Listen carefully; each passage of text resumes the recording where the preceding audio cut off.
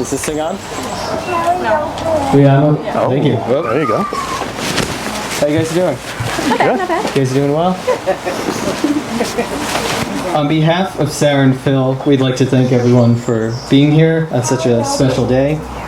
After such a challenging year, it makes it all the more extraordinary to have such a joyous celebration with so many people that mean the world to both Sarah and Phil. There's nothing Mother Nature could really do to diminish this amazing day, and it looks like it's holding up, so this is great, so super excited about that. Now, Sarah and Phil's story is nothing short of a fairy tale. It began like most love stories begin, with an insurance company. I'm so happy that landed. I had a friend tell me to cut that, but thank you, Arthur. Sarah and Phil's paths first crossed when Sarah was proctoring Phil's entrance exam to work for Travelers. Now, during the course of Sarah's time with this particular responsibility, she proctored approximately 200 entrance exams. And Phil was the only candidate that wrote her a thank you letter. Did that? Still have it saved. Give it up. Give it up.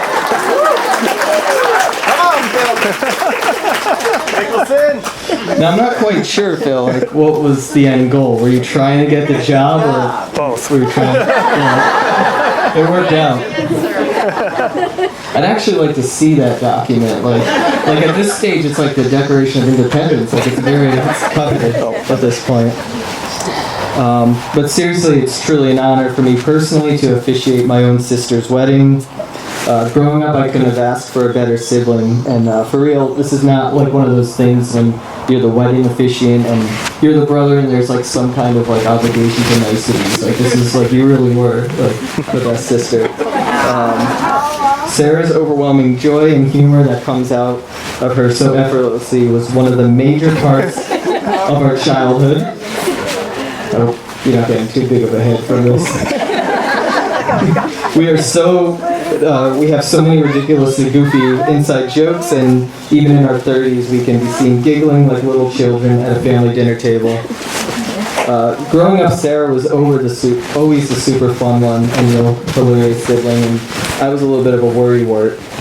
I remember this one distinct time when we were children and got ourselves in trouble, and the actual crime conveniently escapes my memory, but I remember my mom saying, "Now sit in the room and twiddle your thumbs."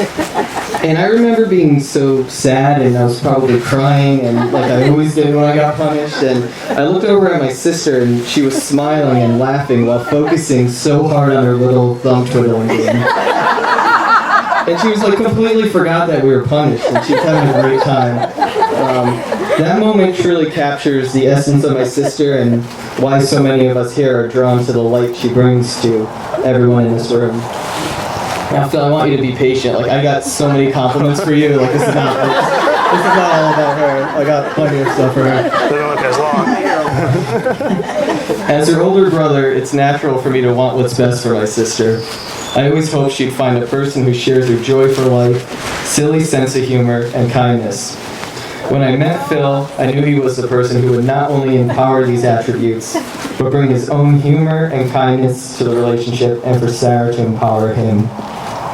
Now, I didn't have the honor of knowing young Philip, but through some stealthy investigation work, I learned that Phil was actually a shy child, and the kind of kid who would get himself all worked up for a basketball game, just to end up scoring 20 points and lead his team to victory.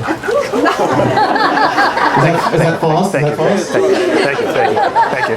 Phil used humor to come out of his shell, and I could sometimes see that shy little baller when he smiles at my sister.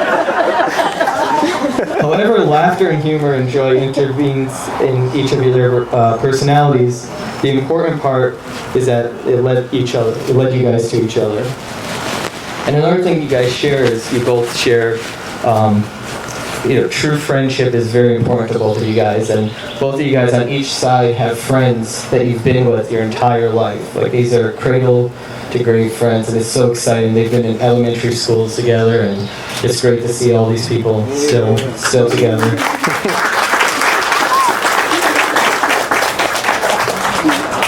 I have had the honor to be in the presence of these two while they share a funny moment. The looks they give each other and the way they make each other feel and laugh is contagious. But as we know, life is more than just humor, and it's inevitable that life will throw challenging curveballs. But in the words of the world-famous journalist and former host of Nickelodeon's esteemed Nick News, Linda Ellerby, we got like a lot of 90s kids here, so I hope people remember her. I have always felt that laughter in the face of reality is probably the finest sound there is, and will last until the day when the game is called on account of darkness. In this world, a good time to laugh is any time you can. At this time, I'd like to invite up Brianna Nilsson to do the Art of Marriage reading.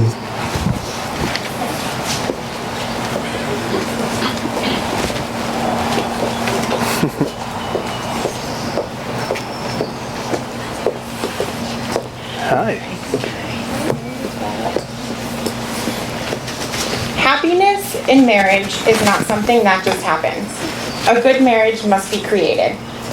In the art of marriage, the little things are the big things. It is never too old to be holding hands. It is remembering to say I love you at least once a day. It is never going to sleep angry. It is at no time taking the other for granted. The courtship should not end with the honeymoon. It should continue through all the years. It is having a mutual sense of values and common objectives. It is standing together, facing the world. It is forming a circle of love that gathers in the whole family. It is doing things for each other, not in the attitude of duty or sacrifice, but in the spirit of joy. It is speaking words of appreciation and demonstrating gratitude in thoughtful ways. It is not looking for perfection in each other. It is cultivating flexibility, patience, understanding, and a sense of humor. It is having the capacity to forgive and forget. It is giving each other an atmosphere in which each other can grow. It is finding room for the things in spirit. It is a common search for the good and the beautiful. It is establishing a relationship in which the independence is equal, dependence is mutual, and obligation is reciprocal. It is not only marrying the right partner, it is being the right partner. It is discovering what marriage can be at its best. Thank you.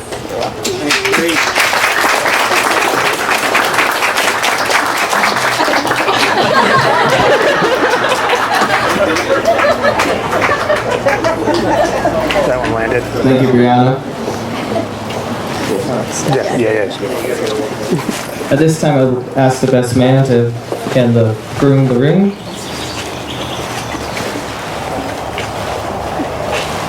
Philip, do you take Sarah to be your wedded wife, to live together in marriage? Do you promise to love her, comfort her, honor, and keep her for better or worse, for richer or poorer, in sickness and in health, and forsaking all others? Be faithful only to her for as long as you both shall live. I do. Don't think that went through. It's great. That would mess up this whole thing if you didn't. At this time, I'd ask the best man to hand Phil's ring over to Sarah. Sarah, do you take Philip to be your wedded husband, to live together in marriage? Do you promise to love him, comfort him, honor and keep him for better or worse, for richer or poorer, in sickness and health, and forsaking all others? Be faithful only to him so long as you both shall live. I do. It's going great. By the power vested in me, by the Universal Life Church, and by the state of Connecticut, I now pronounce you husband and wife. You may kiss the bride.